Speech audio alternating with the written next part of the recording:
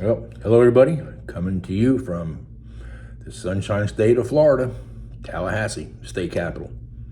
I told somebody a little while ago, I said, I've been down in Florida so much this year, I feel like I need to file for a tax rebate, being I'm a South Carolina resident, but I think I've lived down here this whole past year. But anyway, I thought being it's opening day of Major League Baseball, in my last video, I talked a little bit about the chaotic scheduling that we in our bus company, being we do so many Major League Baseball teams, the chaotic schedule that happened yesterday as they were breaking camp and heading back to their respective cities to begin the 2026 baseball season. And it's kind of chaotic yesterday, a lot of standbys. I was used to be as a special put in a location in case of an emergency where somebody was short. I could fill in real quick before I did my trip here with Georgia Tech Track down to Tallahassee. But anyway, I thought I'd kind of fill in how I got into, or how our company got into it, probably, I guess, 20-something years ago. Again, I'm in my 26th, almost 27th year here with the company. And probably about 20 years ago it started, where I can remember my first trip. I was assigned to pick up the New York Mets. And I have been lucky in my career to have two firsts in Washington, D.C. If you all are baseball fans, you know that the Washington Nationals were once the Montreal Expos. And once they were sold out and coming down to Washington, and again, I should have looked up the date. It's probably been about at least 15, maybe 18 years ago, where they moved back to Washington. They came into the old RFK Stadium, not the one they're in now, National Park. It was the RFK Stadium, which was the old park that the Washington Senators played in. So a lot of history. And so those couple days and that season, I got to walk around and see a lot of it. So anyway, the Mets were flying into Dulles Airport. I was assigned to pick up the team. I can remember the owner of the company was, it was his first really stepping out into Major League Baseball with a contract, and he trusted me, which I felt, pretty proud of, because there was such a lot at stake. And, these professional teams, I'll say, they don't look for things to go wrong. They look for you to make sure things are right. Although things can go wrong, like on anything, it's the small details that make things successful.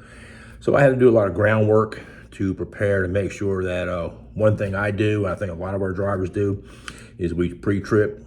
So we get into a city early and we go from the airport to the hotel by ourselves to make sure we know exactly turn for turn. We're not going by GPS. We're not going by no guessing. I think I go down here to the red light and turn right. I know it. There's without a doubt. Unless for some reason there's some traffic accident or a fire or, some police emergency that can change that.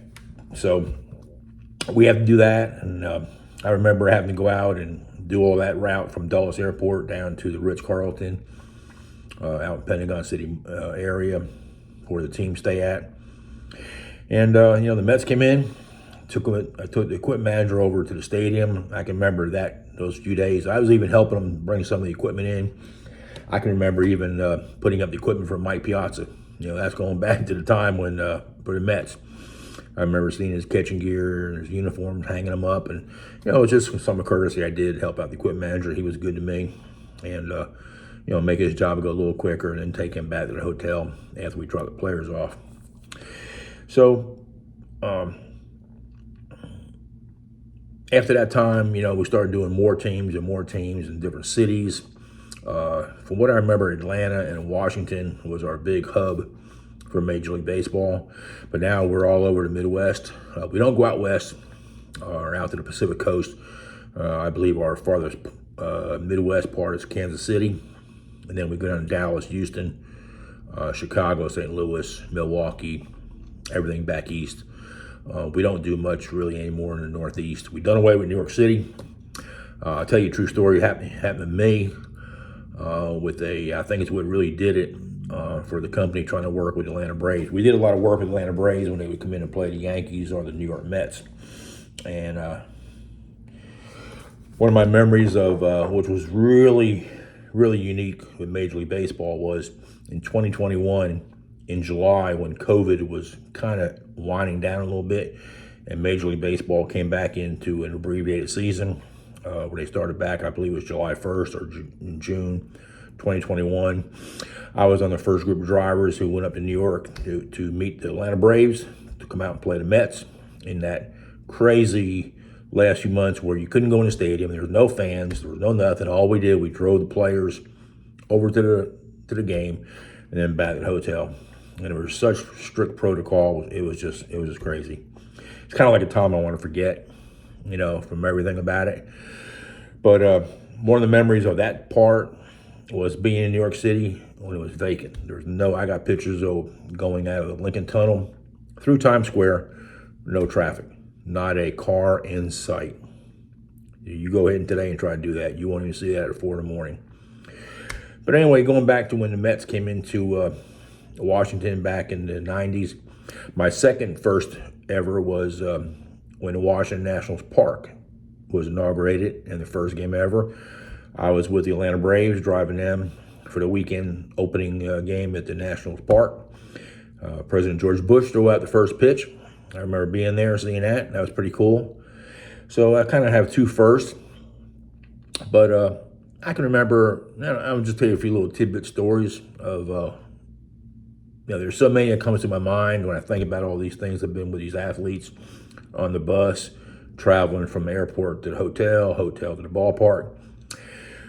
One of the times I had to go back and pick up Tom Seaver and Ralph Kiner. Now, if you're a New York Mets fan, you know who I'm talking about. Ralph Kiner, he was a famous Pittsburgh Pirate player who was a well-known, famous broadcaster for the New York Mets back in the late 60s, 70s. Tom Seaver, that name speaks for itself. Hall of Famer, Cy Young winners, all that. I picked up two of them at the hotel and drove them to the ballpark myself personally over at the old RFK Stadium. So that's going back again, I'd say, late 90s. So that's pretty cool. A lot of memories and, people I've met, come across. Frank Robinson I've met. Bobby Cox. Let me tell you, Bobby Cox. Everybody knows Bobby Cox has one of the highest ejection rate besides him and Earl Weaver of the Baltimore Orioles for being ejected out of a game. He's had some quite a few temper tantrums being ejected. But on the bus, one of the nicest guys you'll want to come across. I'll never forget. He always said, "Hey, Steve, how you doing? Everything going good with you?" He talked, just like you and I are talking right now. Just as nice as can be. So when the lights come on and you get in between the two white lines or the foul lines, it's a little different, when the game's on the line. But another story. I was in Pittsburgh, and this is the year that Bobby Bonds was chasing the Hank Aaron all-time record, home runs.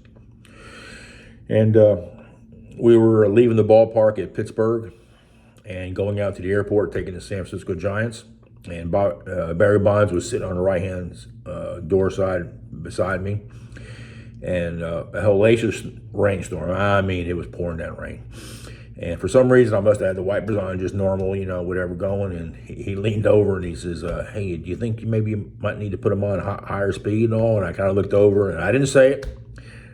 But I'll never, this day, I remember across my mind, I was going to say, hey, Barry, do I ever tell you I hit a curveball or a fastball? But I didn't say it. But I turned it on, a little faster so they all feel a little better. But, those are the kind of stories that are lasting in my mind for the stories that I've done and the places I've been, I've met with. And all the players are pretty good. They're all tuned into their phones and headsets and all that. So, we as a rule don't bother them, if they talk to us. But you can tell some of the guys are real talkative. Jacob deGrom, another famous Met now with the Texas Rangers.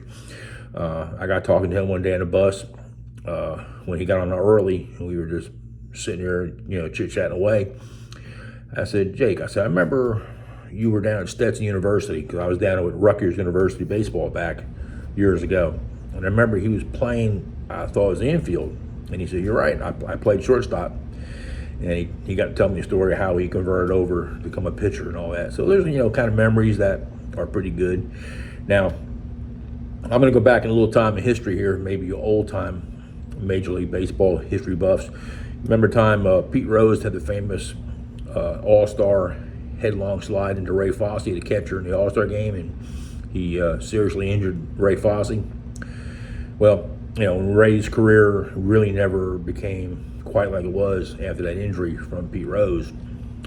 So a number of years ago, I was in Chicago, and Ray Fosse was a broadcaster with the Oakland Athletics. And he came on the bus early, nice as could be. We just sat there and just chit-chat, talk about baseball in general and all that. But all throughout my mind, it kept coming across to that Pete Rose incident. I just wanted to ask, about it, but no, I left it alone. I would have always loved to have personally heard from him what he thought, about that critical head first slide in him that really altered his career in Major League Baseball. But those are some of the stories that, I can go on and on. People I met, Freddie Freeman, I've had photos done with him. I've leaned over one day and said, Freddie, can I get a picture? Yeah, man, leaned over and got a picture. I got it in my photo album. I show people, when I do and all that. And, things that we get exposed to or have exposure to that the average fan doesn't. And again, so like I was telling about some of my college days of driving NC State. Some of the guys that have come up through there that are major league players now, Trey Turner, Carlos Rodon, that I know personally and that I see during the course of the seaon, talk to them. They still know who I am. They remember the old bus driver. Jack Caglione, up and coming big star, going to be with the Kansas City Royals. Know him. I was hoping to see him this past couple days. I was assigned to maybe pick up the Kansas City Royals, but that changed. Again, welcome to the world of buzz business and Major League Baseball, how things can change. But I was hoping to run across him now, see him, be that he's made it up to the big leagues. Hey, just go up and give him a big bear hug and say, hey, we talked about a lot of this in college, and here you are now, so give him congratulate and say, I'm proud of you.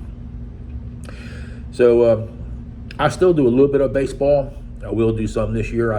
I just looked at my schedule now, and I saw for Tuesday night I'm assigned to pick up to go down to Atlanta and pick up the Atlanta Braves and take them over to the airport.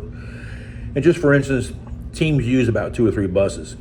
Generally, all the players have 1 seat apiece. So whatever, there's 25 players, they have probably 15, 20 people staff. So they take 2 buses, sometimes 3. During COVID, when they had all this crap protocol and blah, blah about safety and all that, I can remember there were times that teams had 10 buses because you might only had a requirement of only had allowed 10 or 11 people on a bus. So if you had 40 people, it would take that many buses. But Tuesday right now, if nothing don't change, I'll be with the Atlanta Braves. Go down and watch the game. That's one of the fun things.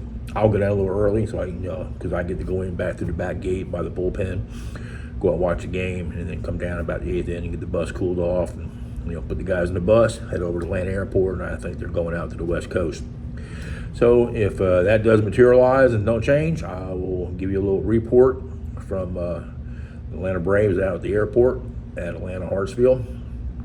So that's kind of what we do, a little behind the scenes, a little bit of stories. I'll give a little more as we go along, but there's so many that goes through my mind, I can't think of them all.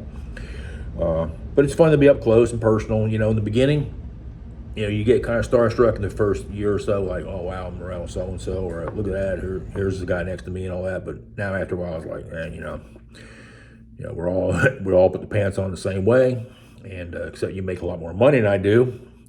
And I've often thought of this, I says, I drive these guys around on trips or whatever we're going to.